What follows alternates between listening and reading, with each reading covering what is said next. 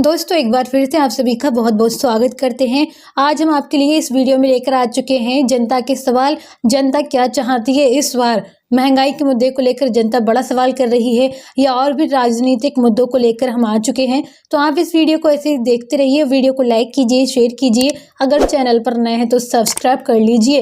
और आपके यहाँ भी किसकी सरकार है आप नीचे कमेंट सेक्शन में ज़रूर बताइए और वीडियो को ज़रूर से लाइक कीजिए, आगे शेयर कर दीजिए। तो चलिए आज की वीडियो को शुरू करते हैं।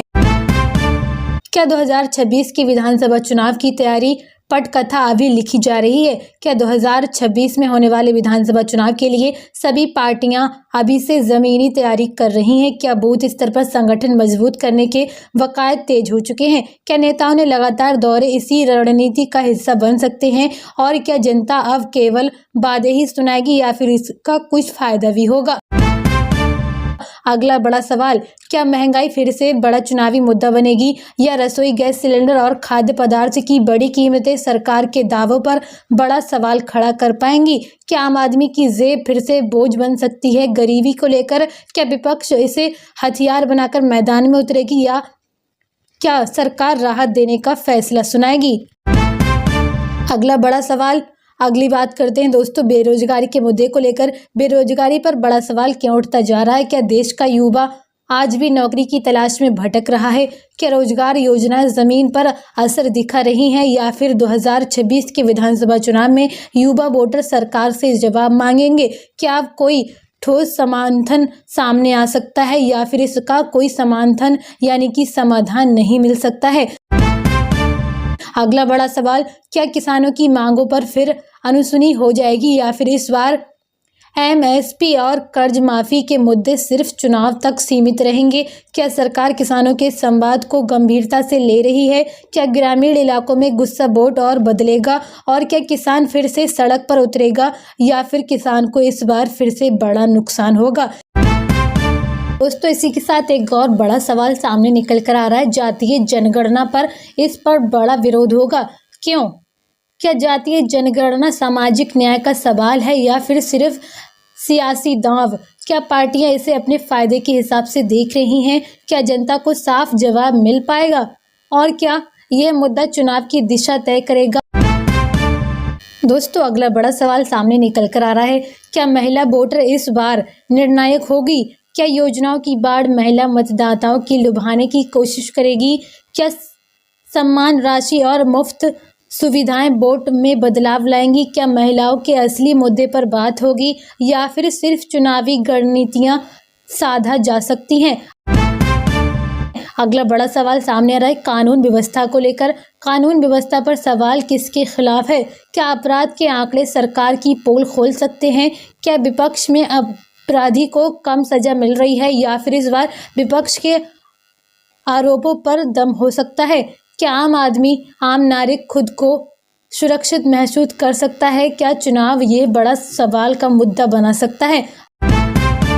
अगला बड़ा सवाल सामने निकल कर आ रहा है नई शिक्षा नीति पर इसकी राजनीतिक क्यों? नई शिक्षा नीति पर इतनी राजनीतिक क्यों है? क्या शिक्षा सुधार की जगह शिकायतें हावी हो पाएंगी या फिर क्या छात्रों पर शिक्षा की राय ली जा सकती है? क्या राज्यों के बीच मतभेद बढ़ सकते हैं या क्या शिक्षा की चुनावी मुद्दा बन सकती है?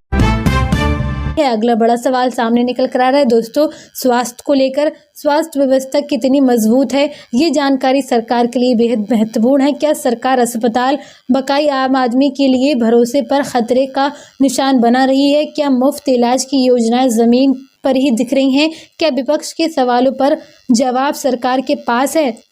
और क्या स्वास्थ्य चुनाव का बड़ा मुद्दा बन पाएगा? दोस्तों इसी के साथ एक और बड़ा सवाल सामने निकल कर आ रहा है, क्या गठबंधन राजनीति फिर से नया मोड़ ले पाएगी या फिर क्या नई रियासत गठजोड़ बनाकर सरकार बना पाएगी? क्या पुराने साथी अलग पकड़ रहा बना पाएंगे या फिर क्या पुराने साथी अलग हो पाएंगे? क्या सत्ता का गणित बदलने वाला है और क्या जनता इन जोड़ तोड़ को समझ पाएगी? दोस्तों इसी के साथ अगला बड़ा सवाल सामने आ रहा है, विकास या वादे किस पर करे भरोसा जनता? क्या सरकार के विकास के वादे ज़मीनी हकीकत में मेल खाते हैं? क्या विपक्ष अधूरे वादों को याद दिला रही है? क्या सड़क, पानी और बिजली आज भी सवाल बने हुए हैं? और क्या वोट मांगने जा रही जनता वोटर जवाब मांग रहे हैं? इसी के साथ अगला बड़ा सवाल आता है आदिवासी को लेकर। आदिवासी इलाकों पर अचानक इतना फोकस क्यों आ जाता है? क्या चुनाव आते ही आदिवासी मुद्दों की याद आने लगती है?